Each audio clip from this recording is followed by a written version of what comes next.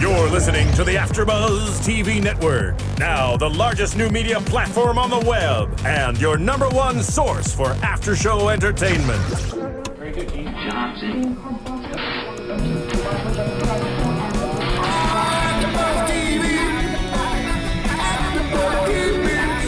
The AfterBuzz Studios in Los Angeles, California. Presented by Maria Menounos and streaming live thanks to Akamai Technologies. This is AfterBuzz TV's The Good Wife After Show. We'll break down tonight's episode and get you all the latest news and gossip. And now, another post-game wrap-up show for your favorite TV show. It's AfterBuzz TV's The Good Wife After Show. There's that music. That means we watched a Good Wife episode. Hello, I am Courtney Henderson, your host for the AfterBuzz After Show, The Good Wife. And tonight I have a co-host, everybody. Please introduce yourself. What's going on, guys? I'm Bobby DeMuro. Courtney poached me from Believe, and I have been addicted to The Good Wife for about the last week. I watched a lot of it the last couple of years, and then the last week studied up because I knew Courtney needed me. So what's going on? We got a lot to talk about tonight. We do. First of all, I'll just quickly acknowledge that we have not filmed on Will's death and those two major episodes. We will be doing that this week in a separate special taping, and we will get that online. So please forgive us. We've had some unforeseen circumstances here with my previous co-host, but we are back on track, and we wish her well. And now we can just dig into episode 18. Just for the record, who's more attractive, your previous co-host or me? Well, I kind of like men, so... My engineer, Steven. It's Jokes Steven. on both of you. Wow, a one-on-one, 1 versus 1 win, and I still can't even win. I Okay, stole whatever. it away. God, just destined to lose. Well, you can win maybe an argument against me tonight in this discussion. Maybe I'll throw you a bone. We'll see about that. Well, we are here to talk about All Tapped Out. It's episode 18, and let's just jump right in. I want to start with the NSA. They're back with those little... Were they ever gone? Are they ever gone? Well, I guess true. They're just sort of that silent character. They're listening to this right now. They probably are. You said NSA, it tripped off a thing, and they're listening to us right now. Because that's what happened in The Good Wife. Every time somebody said a keyword, the independent contractors in the cubicles were like, hey, we have this keyword, that keyword, let's immediately hone in on this conversation. So they're listening very closely. Uh-oh. Maybe we should have a code acronym for NSA that's like something else. I don't know. All right. Well, they're back. We see very quickly that they get lie detector tests weekly, it said. I'm glad I don't have to do that for a job. I feel like that would be stressful. Maybe you get used to it. I feel like if you got a weekly lie detector test, especially if it was the same 20 questions, which they alluded to, it's the same questions every time until it changed, wouldn't you kind of learn how to beat the test anyways? Is a lie detector test the best way to go about monitoring these guys? I don't know. It heightens the pressure. But I feel like I would probably fail it having to get it like over and over. Even though it's one of those where it's like I'd feel like I was in trouble even though I hadn't done anything wrong. Exactly. And I knew I hadn't done anything wrong. And then you really start sweating because you can't, or you eat some like really spicy food before you go in, and then you're already sweating, and then the questions come down, and it's just like pouring down your face, and you're like, I promise I didn't do this or that. I just had Kung Pao chicken. Yeah, it's totally like don't eat a poppy seed bagel before or muffin before you go to get your drug test. Exactly. Which they didn't ever bring up in this episode, which I guess that doesn't really apply to the scenario and the case that we see that comes forth with the NSA. Probably one of my favorite episodes of the season because definitely. A, no one dies, and B, Alicia's back to work. But, so this NSA case, so we see that the questions get changed up. That would freak me out. And we have Jeff, who's an independent contractor, kind of freaked out because his lie detector test is coming up and he needs some legal advice. And it's interesting because at the very start, when we first learn about Jeff and we see the lie detector test, and then we see him go to Carrie and Clark and the law firm and Alicia's firm, I sort of assumed, even though Jeff said, I did this Valentine's Day drawing for my niece or whatever it was, whoever the thing was, I just assumed that he was the mole in the office. But maybe he's not the mole and there is another mole and this story arc is not over. it's over from Alicia's perspective, but maybe they have to represent somebody else from this office coming down the road, because suddenly I'm questioning whether they dropped the case against Jeff so quickly, but there is still a mole leaking information. Maybe there's another mole in that office, and we have not seen the last of the NSA and that mediation and whatever. Probably not. I mean, I don't think that it's going away. I think it's too personal.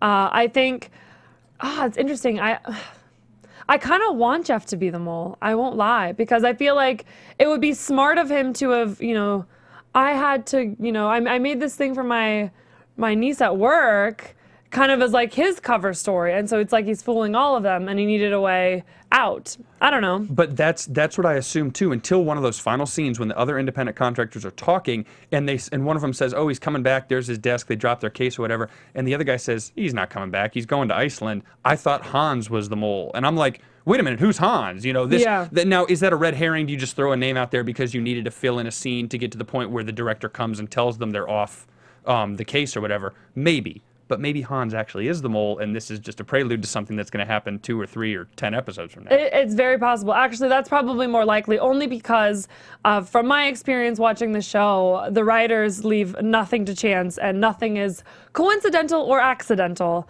Down to singing "You Can Fight for Your Right." And you all can fill in the I was rest going to say, of that. not to party. We'll just leave that alone. Yeah. And it's one of those where it's like, why I don't, what? I like the way that they portrayed these NSA guys. At first, when I wrote in my notes when I was watching this, I literally wrote down, why do they always make geeks so geeky? But I don't know if you've ever been around a lot of production people in, not television, but like digital production and computers and stuff. I came from that world, and those guys are like that. Like, it's not a bad thing. They're cool and quirky and weird. And so seeing that NSA team and those 4 independent contractors, Jeff and the other guys, I'm like, okay, I know guys exactly like that. I know guys who would quote that, who would be that goofy. So I'm like, okay, I can believe this. He's too cool to be a mole. Well, and that's the thing that I love about these writers, because somebody somewhere probably either had that same experience you've had or knew well enough to go get that information and research as to sort of how these people really truly interact in these types of offices and settings and jobs. So he goes and because Jeff is needing this legal advice, of course, we then find out that Alicia and Peter, well, we find out that this, they called it the FISA warrant, and I looked up what that was because I didn't know, because I have not gone to law school yet. And it's the Foreign Intelligence Surveillance Act. And it's an act to authorize electronic surveillance to obtain foreign intelligence information, which is obviously what we see that they're doing. Yeah. They have their buzzwords, as we know, and the things that they're kind of shooting to the top of their alerts if certain things are said at all or multiple times. And we find out that it's a 3-hop warrant on Alicia. And that covers Peter, but I kind of think that Peter's not one of the main targets. I don't know why Alicia would be the main target, but I almost feel like she's, they're trying to reach somewhere else. Well, they explain it because they had the former client who they thought was a terrorist or a terrorist sympathizer. Yeah. The former client from a while ago who they thought was a terrorist and then a sympathizer. I wonder, though, if that's just a convenient excuse, and they're saying, and this is a commentary on NSA overreach, which it obviously is a commentary on that, but it's a commentary on how much they overreach and how little of an excuse they need to say, oh, you once had a client, he may have been a terrorist sympathizer. He's not still your client. He's not actually a terrorist sympathizer, but he could have been, so we're going to wiretap everyone involved in this situation. Yeah. And, oh, the governor happens to be involved? Oh, well, we're still going to wiretap it. Yeah. It's like... Alicia's a pretty central person. I mean, obviously, she's the good wife. She's the person and the character that this whole entire show is based around. So, of course, it's on her. But it's also very convenient because she's pretty dang well connected with her new firm, also having been with Lockhart Gardner, knowing that all of their cases typically butt heads with them. Now we have Canning, which I love. What Alicia does to Mr. Lewis Canning. I wonder, and I don't want to get off the NSA too far, but I wonder with Canning, with Michael J. Fox, one thing that I really didn't like about the episode is when we first see him in the merger at this point, and we had seen him before, but when we first see him today in the merger, he comes into that meeting with another former Spin City cast member who's playing Julius, the black guy with the goatee. I got to believe it was great for them to work together again, because they were on Spin City together forever. But he comes in and immediately gives a reason. He says, this movement I have this disorder. And I get it. Like, I understand you want to acknowledge it and stuff, but like, it's Michael J. Fox. He's huge. Everybody knows him. Everybody loves him. You know what he's going through personally. I feel like that one small moment in the writer's room is like, you didn't have to do that. Like, we know what Michael J. Fox is going through. Like, well, they do that because that's sort of a thing of the character. Because in previous, in Court, he always starts his opening statement, or with that, almost as like a hook to try to get people to empathize with him. But he doesn't need it at this point. Like, these guys already know him. Oh, I see what you're saying. It's not in court. If it's a jury or something, I understand it and I get his. But here, it's I don't think all of the partners do. As far as because there's so many partners at Lockhart Gardner that are just sort of like background characters that we don't see. We know David Lee. We know I can't think of his name that took over. I know what you mean. And there's a lot of like semi-retired lawyers who are managing partners and not practicing law. I get it. Yeah. But did you catch in that same merger acquisition meeting, Diane turned to somebody and was like, "Are we really getting involved with the Fox?" Which A is a funny nickname because of his real name, but B, they have a nickname for him. Like, they know this guy. I feel like they know of him so well that he doesn't need to come in and like try to solicit sympathy, unless it's a point to just make the ploy that he's playing a card and he's totally trying to get them in his pocket, even though he knows it's not going to work. Right. He's still got to do it. See, and I would say it's probably more that. I almost feel like that might be like a game within the show that the writers have sort of built, that anytime he's trying to make any case for himself, that's just sort of like his go-to, like, gimmick. Yeah, he can't help himself. Like, he has to look for an in any way. Absolutely. And this is one of those ins he has. Yeah, Yes. maybe. Okay, I get it. But I point made as far as that is it necessary? No, but I don't know. It's kind of fun because we all just kind of sit and roll our eyes like, there he goes again. That's true. And I did like the Fox comment that Diane made. I know, very subtle, but I was like, oh, this is great. I'm sure they had a lot of fun with that. Yes. And so back to the NSA case. So we get Alicia, she's finally back in the office, which is kind of more due to Finn, which we'll still touch on here in a little bit. But she uses this whole entire bugging or wiretap to her advantage finally with, I need to tell you, Grace, to her daughter, who's drug into so many of these things. Poor girl. That poor girl. But, it had to be someone. I love that they always bring her back. So she calls Grace, Alicia calls Grace, and is just trying to make the point that, you have basically 5 seconds to tell us whether or not your name's going to matter being said because we are or we aren't being tapped. And rather than play the game of trust because they're lawyers and, and they're defense attorneys at that, so they're always defending somebody's innocence, which, the percentage of people that they defend or that are defended in court, what percentage is actually innocent, I have no idea. I think they don't want to know. Don't defense attorneys not want to know? Absolutely.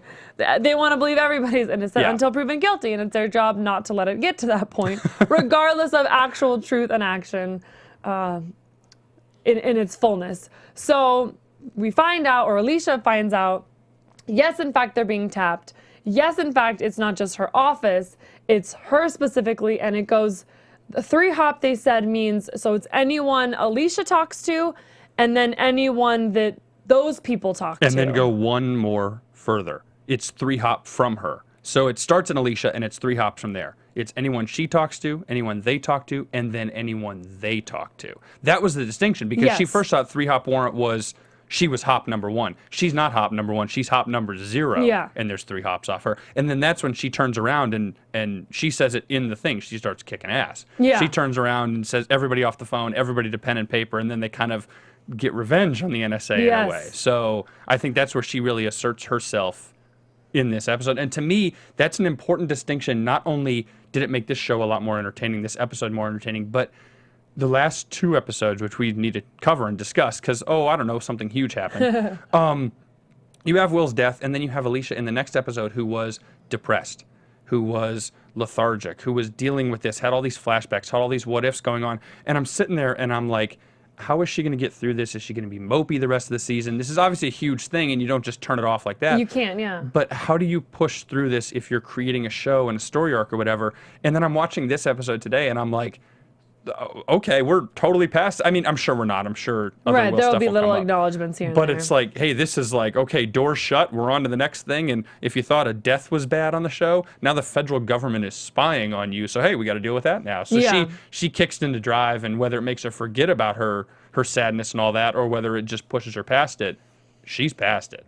Well, I mean, I agree and disagree because I think, yes, we're moving on, especially with the story arcs, but we do see that when she's defending Finn or representing Finn, I'll say, that when she finds out that he put Jeffrey Grant into, Good what do point. you call it, general population, she went to Clark and was like, I need to back off. I can't represent him because he basically got Will killed. Yeah. Indirectly, of course, and we know that that's not, Jeffrey Grant's actions, at least in my opinion, Jeffrey Grant's actions are in no way at the fault of Finn. He was doing his job. He did do the same thing that anyone else do. And ultimately, regardless of if it was standard procedure or not, Jeffrey Grant took the gun and Jeffrey Grant pulled the trigger, and then he took his own, and then we don't know really why he did it. Yeah. I mean, because I think from the way that they framed it,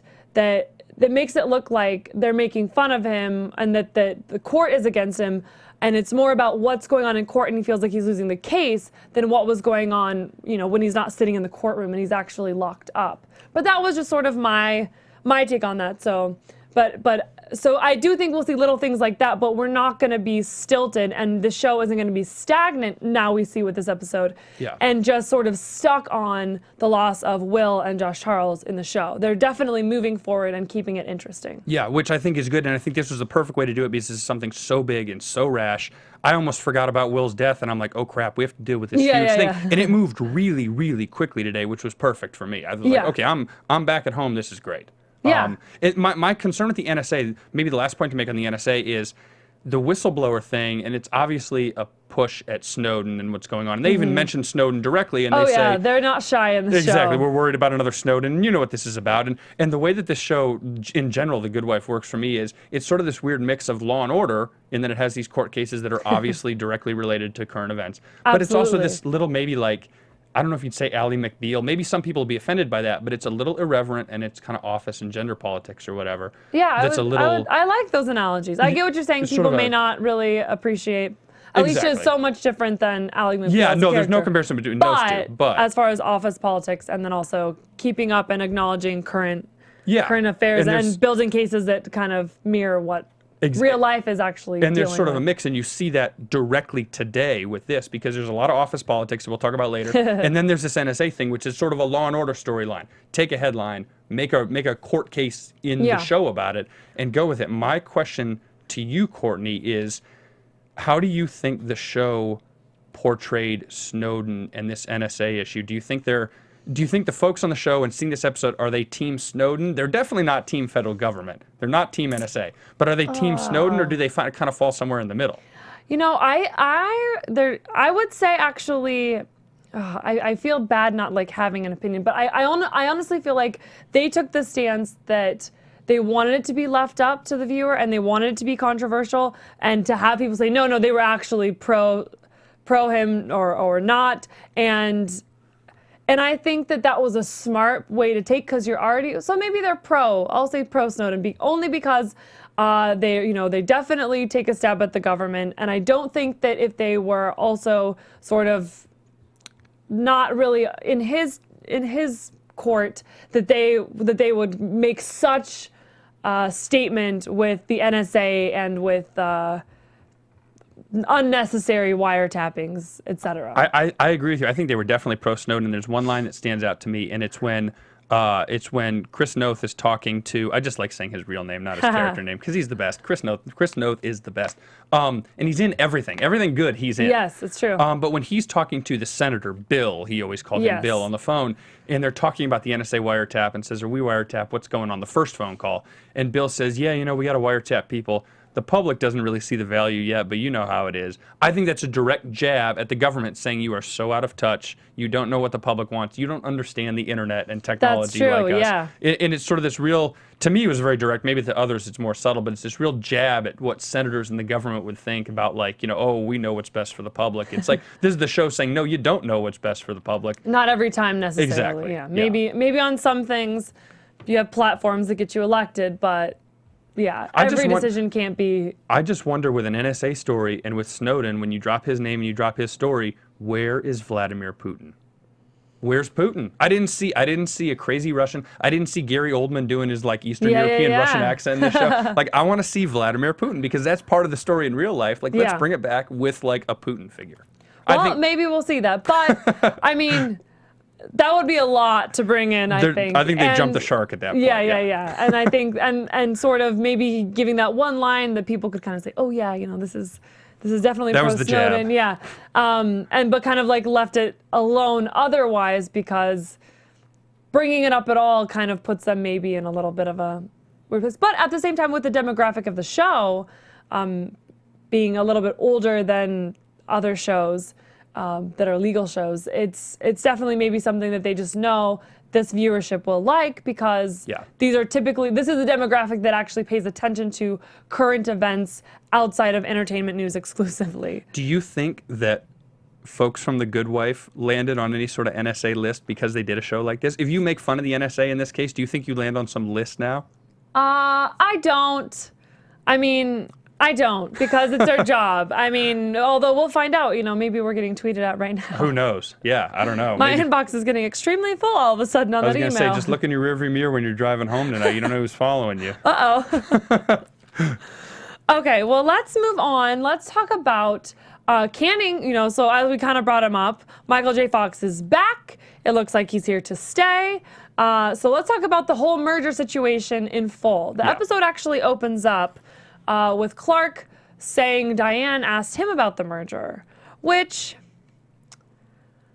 I kind of feel like that was a little bit of like a dirty way to go for Diane, because she had to know that Alicia hadn't brought it up to anyone else yet, and that's why she said it so casually. I think that it was kind of her way of saying, I'm going to make this happen whether Alicia wants it or likes it or not.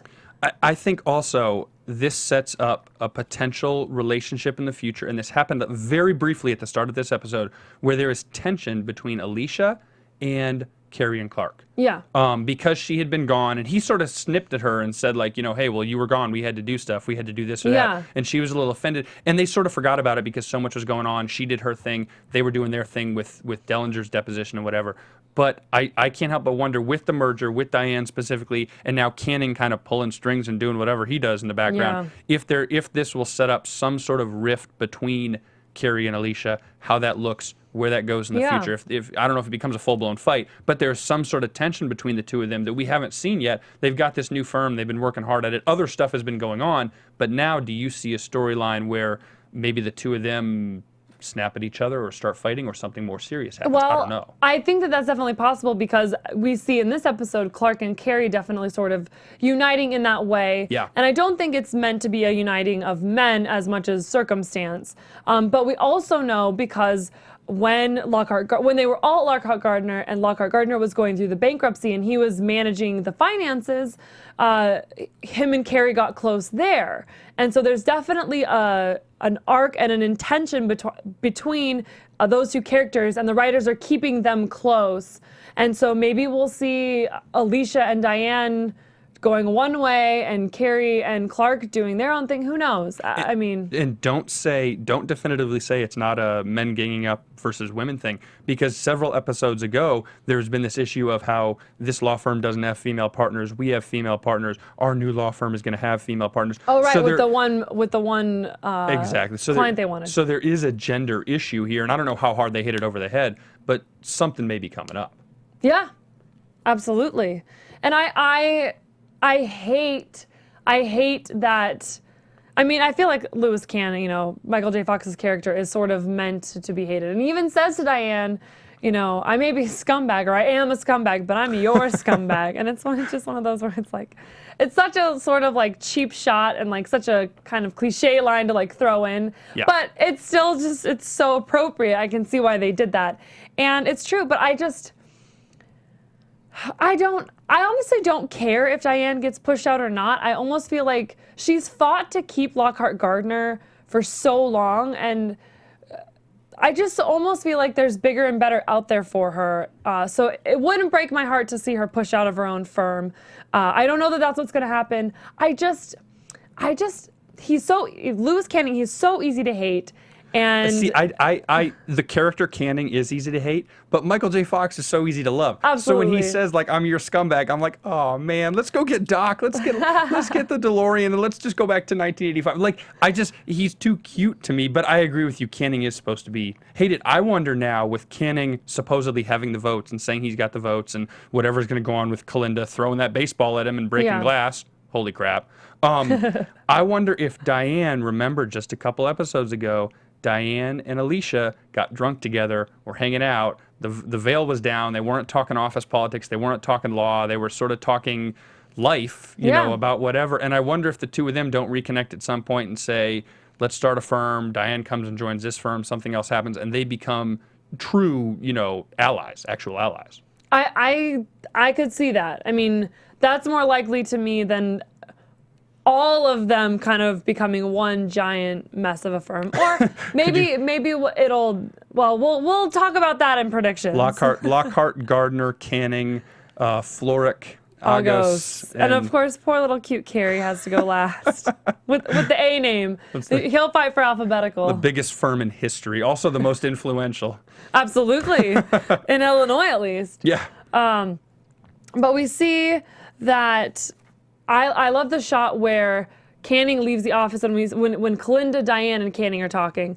And you made the comment to me that he looks so short. I mean, and I don't know if he's just really that short or if it was just the camera angle. But I think it seemed like, I mean, they were emphasizing almost. Exactly. Yeah, he's definitely that short. I mean, the Michael J. Fox is notoriously short, but I think it's a specific call that they made and said, we're really going to hit home that whether it's, Napoleon complex or whatever you want to call it, it's this weird little man comes in and now he's calling the shots. He's making life miserable for everybody else who, when Kalinda wants to be powerful, she's incredibly powerful. Yes. In a quiet way and in a not so quiet way. And now it's like, hey, we have these powerful women, but this little guy is just screwing everything up. Well, and it's interesting because Kalinda's very good at collecting information, keeping quiet, and sort of playing all sides until she has to reveal which side she's actually on. Yeah. Which we've seen, I mean, her alliance kind of always stayed with Will. And I almost feel like out of reverence for him, she'll keep her alliance to Diane, kind of no ifs, ands, or buts. She just has to tread a little lighter now because, of course, Canning's threatened to sue her because she's not actually an employee. She's an independent contractor or freelancer. Well, I think we're going to see how much guts does she have, because she talked about leaving earlier. The episode where Will was killed, she explicitly talked about leaving. I need to talk to you. I got to go do this. I want to leave, whatever. And it comes up again and again. So the question is, does she actually leave now? Does she go do something? I don't think so. I think that she always just kind of uses that as a ploy for more money. But I think that's just sort of her internal game that she plays, because I think she absolutely knows her value. And absolutely knows, what she's worth and knows how to get even more than that. And I just really wonder what the hell she does with all that money. She's always working. And she's not particularly, she definitely has a very specific sense of style, but it's not like her clothes look particularly expensive and outlandish and elaborate, you know what I mean? Yeah. Like, they're very simple, nice leather jackets, dresses, and things that, yeah, you're going to spend money on them, but you're not spending $100,000 on her wardrobe kind of a thing. She's no Diane Lockhart. Right. No, she's no Diane Lockhart, who probably does.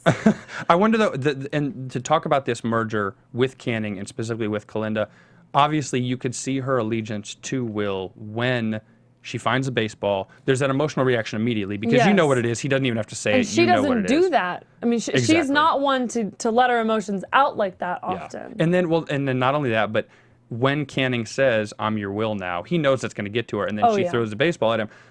I only have to wonder, though, how long does that allegiance last? Because Will is not going to come back. So is she allied with him and says, well, you know what, I'm in your firm and I like doing this anyways and I agree with Diane and I can come to common ground with her? Or at what point does she say, you know what, you guys aren't for me, you've jumped the shark. I can't do this anymore, and Canning, with the merger, is making my life miserable because I'm being threatened, being sued, and all this other stuff is going on and whatever, and I need to leave. Interesting. I that made me think of that maybe she isn't holding an allegiance or an alliance to Diane, but to what Will would want. And as long as Diane is in line with what she thinks Will would do, that's where her allegiance stands.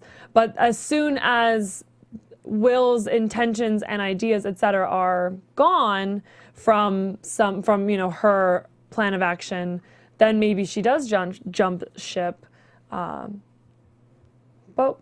only time will tell as far as that goes. Yeah. So I'm going to take a quick second. I'm going to ask you guys all to go online and download this podcast on iTunes. Please leave us comments. Please rate us. Let us know what you like, what you don't like, so that we can make the show better for you and just kind of keep going. And like I said, we've seen the comments. We absolutely will be, we will be filming. I can't talk. We will be filming an after show for those crucial episodes in this next week. So please stay tuned for that and let us know what you think of it, even though it is long overdue. We are so sorry about that. We missed the two most important episodes of the whole show. I promise you guys, we're not terrible people. I mean, we are pretty bad people, but we're not terrible people. No. We'll get them. We didn't shoot Will. So. No, well, I don't know. I didn't shoot Will. We didn't pull the trigger, but we drove him to... No, I'm just... to the grave. We had no involvement in Will's death, okay? The NSA will confirm that because they are listening. They've got our tweets. They got our text messages. We have no involvement in Will's death. All right, so let's move on to pretty much just Alicia as a whole. We've kind of touched base on her a little bit. We've talked about, first with that, I want to talk about at the beginning, we see all of those pictures of the case when she goes, and it's all of the bloody, and I love Criminal Minds, kind of a tangent. I love Criminal Minds, but they just got too graphic for me. And those photos for me were too much. I love that stuff. Ugh, I can't handle it. I'm going to come off sounding weird, and people are going to say, who's this weird guy? I love, reading about serial killers and doing that stuff. I don't know why, but I find it so interesting. It's just interesting and weird to me. Why people do what they do. How could you do something like that? I'm okay with that, but I don't want to look at bloody pictures. And I know they're emulating what would really be seen. They're trying to be and doing a good job as far as I can see. I've never been on a murder crime scene. So you're saying all these Jack the Ripper books I have, I shouldn't give them to you? No, as long as they don't have pictures. Oh, they have pictures. Okay, then no, absolutely not. I just, for me, and I know it's Sunday nights and I know it's 9 o'clock, so, the kiddies are pretty much all in bed by now. The demographic is of an age that, they can handle the content. I agree with all of that, but for me personally, I just don't do well with blood. I don't need to see those kinds of things. But maybe that's the point. They're trying to get that reaction. I think that is the point, because you relate to Alicia on that level. And even though for you, it's more of a general, oh, blood, this is gross, I can't really deal with this right now. For Alicia, it's a very specific, this brings me back to one specific moment in time, and I can't deal with this right now. Yeah. So it's the same end emotion. I can't be here, I have to sit down, whatever it is. But so you see that and immediately relate to Alicia and say, you know what, I know what she's going through. All I just heard was, I am like Alicia Florrick. That's all I just heard. I don't know. Thank you. Is your husband the governor? I don't know. No, darn it. So close. So close. All right. Well, speaking of Alicia and the governor, we know they're married. We see them both kind of kicking a little bit tonight as far as using that wiretap in their advantage. And well, let's talk about that, because you have a theory, and I totally disagree with you, by the way. We were talking about this when we were watching, and I need to bring it up right now, because we got to see who wins this argument. I think that Alicia and Peter coordinated their phone calls. When Alicia made the phone call to out the NSA, and then Peter made the phone call to the senator to out the NSA about that project, and the senator didn't want to talk on the phone, I think it was coordinated. They got together, because they obviously knew what was going on, and they said, this is how we defeat them. You think they were separately Absolutely, I do. I think they were separate. Mostly because we saw that they basically don't have a relationship anymore. I mean, that's kind of where Alicia left it. And it's completely business now. And so she did the business side of things. She went to him. She made it clear that they were, that she had this warrant on her for 3 hops that obviously the entire governor's office is included. I love that they go get the newest intern's phone to make the call. But here's where I disagree with you, though, because 2 things with Peter. The first one is the very final scene that the 2 of them were in, where they're talking about, okay, July 4th barbecue, I can do that. Oh, so-and-so's dinner on Sunday. Yeah, I can be there. I know they don't have a relationship in the traditional sense, but they're trying to make something work where they are amicable towards each other on some level. And so there's some level of respect between the 2, even though it's totally warped and weird. The second one, and the bigger one, when Peter calls the senator the second time and decides he's going to go all Chuck Norris on the senator over the phone, not only does he say, stop wiretapping my office, he explicitly says, do not wiretap my wife's offices. And I feel like if he wanted to just put the point across to stop wiretapping, he'd just say, stop wiretapping. But he went specific and said, don't wiretap my wife. And he took it personal for Alicia. So it wasn't just him saying, hey, don't wiretap people. He took it personal and said, stop doing this to my wife. She doesn't deserve it. Whether that's love or not, I don't think they're going to rekindle. I don't know. Maybe they are. Who knows? I don't think they are. But there's some sort of respect or care or admiration there where he takes it personal when she's hurt and affected. I agree with that. I feel like Peter definitely still has Alicia's best interests at heart. I think he still loves her. I think he 100%. I mean, when they talked about both of their cheating, they talked about how, he said, when I cheated, it didn't mean anything. So I think his heart has always been with Alicia. Yeah. I truly do. And I think that he just sort of was a man. And I don't even want to say it like that because of, I'm going to, Hey, look, no, I'll agree with you. And I'll just say this as a disclaimer. Ladies, I don't actually think this. And I am single. So if you're single, hey. Oh, Bobby. As a man, I can understand what he's saying, and I'm not condoning cheating. Don't even misquote me. But I understand what he means. It's a physical thing, not an emotional thing. Yeah. It's a need that he has. Does that make it right? Of course not. But it is a physical need with nothing emotional to it. And the emotions, the psychological investment is still and always has been with his wife. Right, and that's where the problem comes in them keeping more than a business side to their marriage because, as Alicia flat out said, that is not what happened in her cheating scenario. Yeah. And the only reason I still think that the conversations were just separate and more of like a great minds think alike is because Eli was surprised by Peter. And I feel like if they'd coordinated that Eli would have also been in on it and of course would have like been the meddler. And I almost feel like he would have been the one that would have told, like he would have thought of it and told both of them to do it.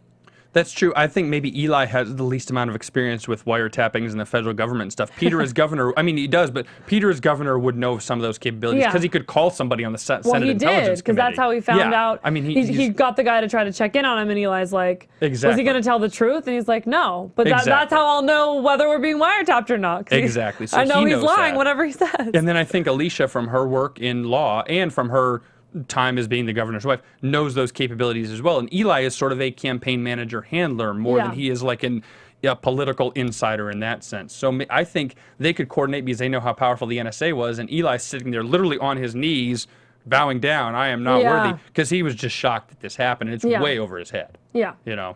I just think he's too smart and too like manipulative to not have had his hand in that if it was kind of like a pre-planned Maybe that's why thing. he was bowing down. He was so shocked they did something amazing without him being involved. Yes, see, that I'll agree to that. All right, well, let's move on to predictions. And now, your AfterBuzz TV predictions. I love those lights. We have flashing spooky lights. for those listening. Spooky is the right word. My first prediction, and I don't know how it's going to come to fruition, so I'll be very, very brief. But the That's why it's a prediction, Bobby. I can be very specific on some predictions. This one I can't. The NSA, we are not done with the NSA. Nope, we're because not. it wraps up so quickly, and they're like, "Hey, Dellinger, they dropped the case. They stopped wiretapping these people." And I'm like, "Oh, damn! Like it's that easy to get the federal government off? Like this is amazing." It's not. Like we're not done with those guys. The 3-hop wire warrant or the 3-hop warrant is going to just be put on someone else. Exactly. I mean, it's going around anyways. Maybe we're not done with Freund's. That, by the way. No, we're not. No way. What an amazing practical joke on Freund's with the car and with the. So perfect. Unbelievable. So maybe we're not done with him. Maybe he gets his revenge again. But the NSA will be back. Yep. It could be a while though. It could be what, 6, 8, 10 episodes next season. You know, because they've done this before. We haven't seen the NSA for a while, and now they're back here, and this sort of wiretapping thing is here. So maybe it comes back a while from now. Yeah. It won't be next week. You don't think so? I don't think so. You don't think so? I think that Alicia and Peter will end up falling back in love. Ooh. I do. I think that it will catch her off guard, and she'll have her guard down because she's taken that off the table. And I don't think that this will be something that happens, like you said, in this season at all, even. Yeah. I just think that in not having Will for her to go to, that and with staying married to him, it's that they'll end up rekindling, because I mean they already kind of did or did actually a little bit after she cut ties with Will as far as the romantic side of their relationship. Yeah. And she did actually start, it looked like at least, genuinely wanting that to work. But Will was still an option, and that's why the writers wrote the letter, and we know that that's part of why they had to kill him. They couldn't just like write him off as going to open the LA office or getting disbarred for some crazy case or something. That they had to just kind of make this a very final reality for Alicia. See, that's funny because my next prediction is Ghost Will comes back. No, I'm just kidding. That would be I was like, a little what? too ridiculous. Ghost Will is going to haunt the courtroom. My other prediction is Alicia is not done with depression. No, I agree. I 100% agree with that. We'll see a little bit more. We're going to have another sad... And more Finn. Something good is going to happen with Finn. All right. Well, thank you so much for joining us tonight. I am Courtney Henderson. You can find me on Instagram and Twitter at COUHEN. Where can I find you? At Bobby DeMuro on Twitter. We've had people tweeting us about this already. So tweet us, guys. Ask us questions. Give us your predictions. We want to hear from you. Absolutely. From executive producers Maria Menounos, Kevin Undergaro, Phil Svitek, and the entire AfterBuzz TV staff, we would like to thank you for listening to the AfterBuzz TV network. To watch or listen to other after shows and post comments or questions, be sure to visit AfterBuzzTV.com. I'm Sir Richard Wentworth, and this has been a presentation of AfterBuzz TV. Buzz you later. The views expressed herein are those of the hosts only and do not necessarily reflect the views of AfterBuzz TV or its owners or principals. Thank you for watching AfterBuzz TV on YouTube. For more of your favorite after shows and interviews, subscribe to our channel here, and be sure to share your opinion on the episode in the comment section below here. We'd love to see what you guys are buzzing about. Thanks again. Buzz you later.